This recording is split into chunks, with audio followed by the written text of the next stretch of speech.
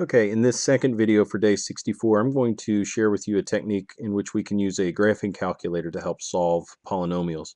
But again, the same rule applies. Once we find a root, we can divide it from the original polynomial and continue working with it in a more traditional manner. So for this example, I'm going to go to problem number 2, which I think was another difficult one from the homework set last week. F of x is equal to 2x cubed minus 29x squared plus 112x minus 49.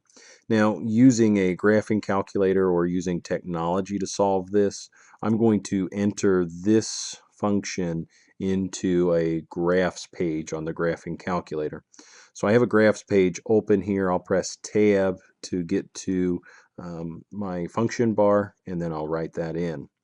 So it was a 2x to the third power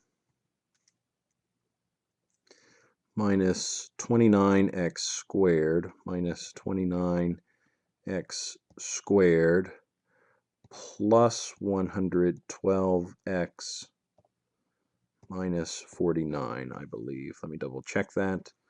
Minus 29x squared plus 112x minus 49. Okay, good. And again, if I can find a root, I'm going to divide it out because that'll leave me with a quadratic equation that I can then factor using one of our more traditional methods.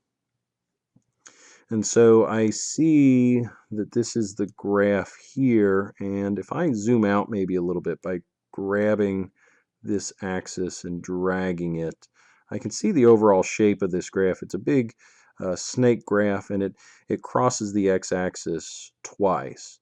Now, it kind of looks like it's crossing here at 0.5. I don't know for sure, but it looks like 0.5 to me, or 1/2. So we can check that. But this spot over here looks pretty precise to me. I think that's an accurate and easy number to find. It's falling exactly at 1, 2, 3, 4, 5, 6, 7. So I'm pretty sure that there's a 0 at a positive 7 here. Now we can check that by using the menu option inside our calculator. Now we go to the menu and choose to analyze the graph. One of the options inside the analyzation of graphs is to find a 0. And we can use this cursor here to select a spot somewhere to the left of where we think our 0 is. That's what this lower boundary is. So I'm just going to pick a spot somewhere over here to the left of positive 7 on the x-axis. And then it asks for our upper boundary, so I'm going to jump to the right, and I'll just click on the screen again. Now, it looks a bit odd, at least this result does, but this gave us a coordinate that there's a 0 at the coordinate 7, comma, and then it gives us this kind of gnarly looking scientific notation. But this is a 5.82 with 11 zeros on the left. I don't know why it produces this, but this is essentially the number 0. Anytime that I have 11 zeros to the left of this decimal value, it's very, very small. So our guess saying that there's a 0 at 7 is a correct one, and we can now investigate that. We can find out whether or not that 0 does exist, and we'll use our traditional approach here, the synthetic division. So I'm going to set up a synthetic division chart now with a 2, negative 29, 112, and a negative 49. And we'll set the number 7 to the outside because we think that's where a 0 occurs, and we'll start the synthetic division. So I'm going to bring the 2 down, multiply, add those two together, multiply again. Oops, and I made a mistake. That's not quite right. 7 times 2 is 30, but 7 times 15, well, if I had 8 15s, that would be 120. So 7 15s is 105, and that results negative. Okay, so 112 minus 105 is 7. 7 times 7 is 49. Good. We get a remainder of 0.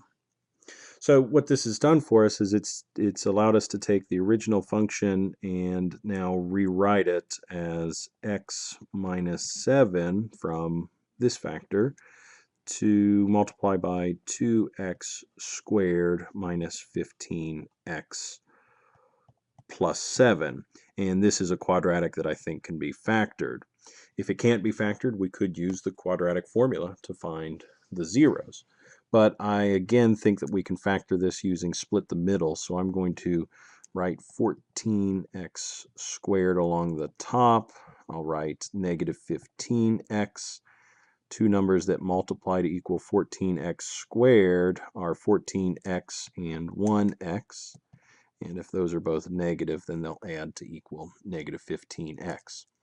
So with that side note, we can now move forward.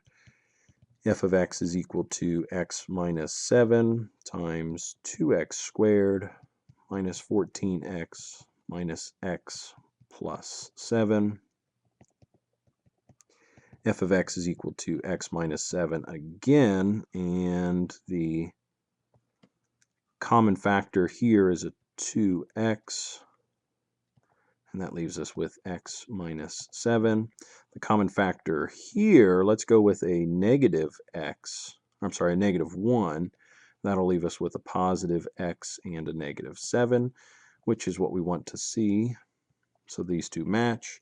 And finally, we can say that f of x is equal to x minus 7 times 2x minus 1 times x minus 7 again.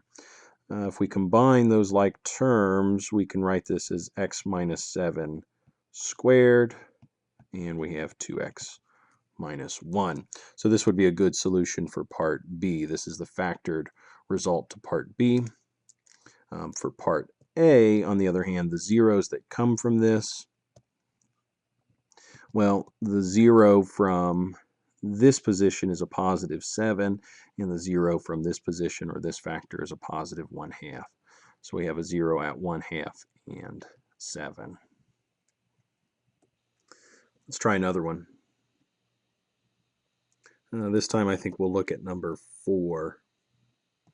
So this one reads 2x cubed minus 4x squared minus 26x plus 52. And there's something really interesting about this one, and we didn't talk about this at all last week because I don't think I saw this example come up in class. But I don't know if you noticed it, but I see that there's a greatest common factor in each of these 4 terms. There's a 2 that's common to each. So before I do anything, I might factor that 2 out. So I'm going to call this 2 times x cubed minus, 2x squared minus 13x plus 26. And the reason why I would do that is because if I'm solving this by hand without a graphing calculator, I could essentially ignore this 2. That's what we call a scalar multiplier. It has no effect on the zeros at all since it doesn't have an x component with it.